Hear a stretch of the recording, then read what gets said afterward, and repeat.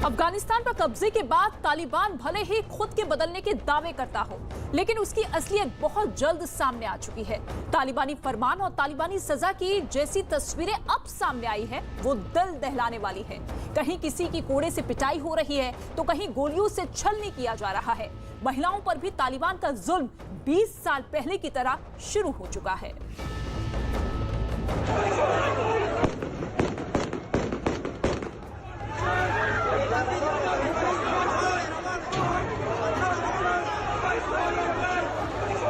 कथनी और करनी का फर्क क्या होता है, तालिबान के नेताओं के दावे और उनके लड़ाकों की करतूतें इसे अच्छी तरह बयां करती हैं।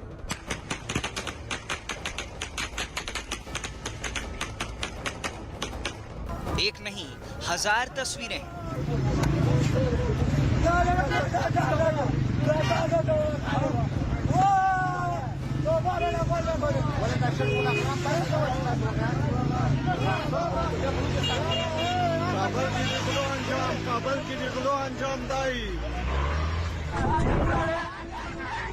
आम लोगों से लेकर महिलाओं पर अत्याचार तक।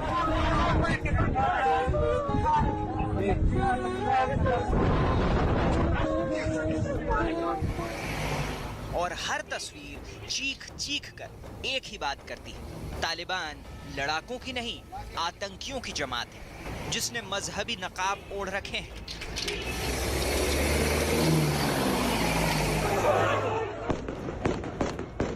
ये तस्वीरें इसी विरोधाभास की झलकियां हैं, जिसका हर फ्रेम कहता है तालिबान आतंकी थे, आतंकी हैं और आतंकी ही रहेंगे। आपके यकीन को सच करने वाली इन्हीं तस्वीरों में से काबुल एयरपोर्ट की बीती रात की ये तस्वीर है। तालिबान के खौफ से देश छोड़ने के लिए निकली भीड़ एयरपोर्ट के बाहर जुटी थी और चंद मिनटों के अंतराल पर रह रहकर गोलियों की तड़तड़ाहट से इलाका गूंज उठता था।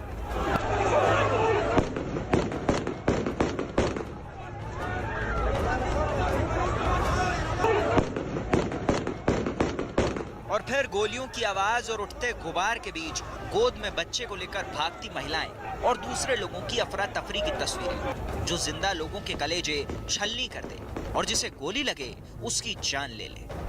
हर मिनट जब ये सिलसिला लगातार चलता रहा, तो लोगों ने इसे उसी तरह अपनी नीयत मान लिया। जैसे बकरे को हलाल करते वक्त दूसरे वक्ते सुनी निगाहों से उसे देखते रहते हैं और कोई कुछ नहीं कर सकता।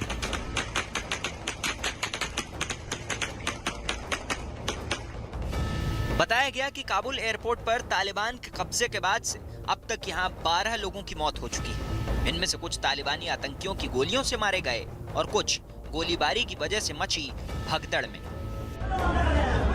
ऐसी ही तस्वीरें अफगानिस्तान की सड़कों और गलियों से भी आने लगी। अब इसी तस्वीर को देखिए, सड़क पर तालिबान का कब्जा है।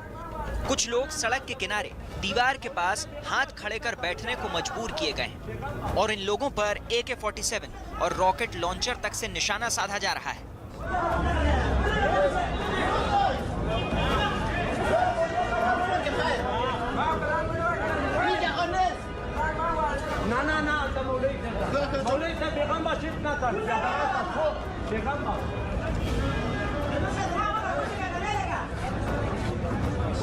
इन तस्वीरों में सड़क के अलावा आसपास की इमारतों पर भी तालिबानी आतंकियों को पहरेदारी करते देखा जा सकता है।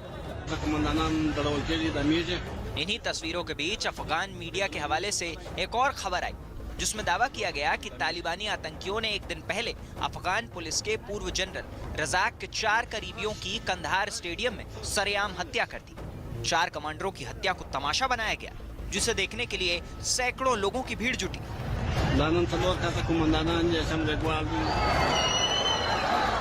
इसी तरह एक दिन पहले जलालाबाद में तालिबानी झंडे को हटाकर अफगानिस्तान के झंडे को फहराने के वक्त चली गोलियों में भी 3 लोगों की मौत हो गई। ये सिलसिला आज भी जारी है और आज तड़के तालिबानी आतंकियों ने काबुल एयरपोर्ट पर फिर फायरिंग की।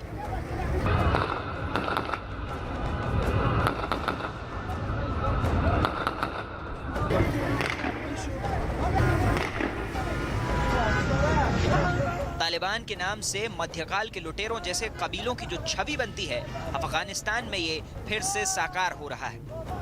कानून के राज का दावा करने वाले तालिबान का शिकंजा कसा तो काबुल में चोरी के आरोपियों पर कोड़े बरसने शुरू हो गए। न कोर्ट, न गवाह, न सुनवाई, भीड़ के सामने सीधी कार्रवाई।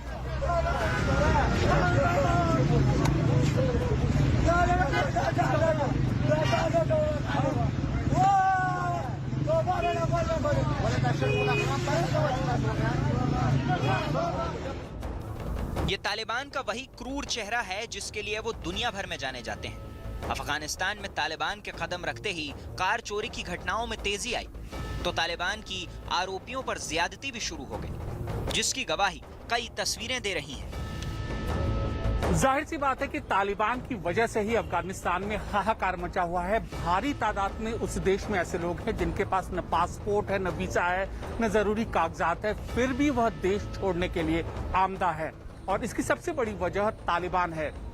तालिबान जो कर रहा है उसकी हकीकत अफगानिस्तान में दिखाई दे रही है, बेशक उनके नेता चाहे जो भी दावे करें।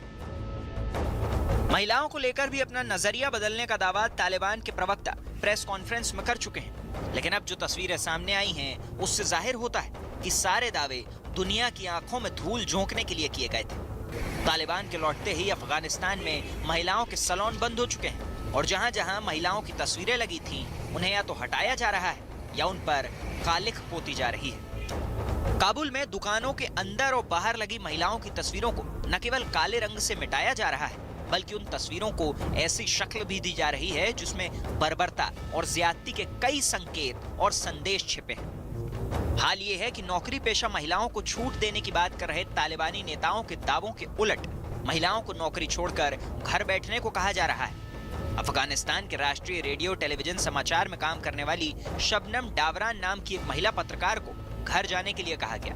डावरान का दावा है कि जब वो ऑफिस पहुंची तो उन्हें कहा गया कि अब नए निजाम में उन्हें काम करने की इजाजत नहीं है, इसलिए वो घर लौट जाएं।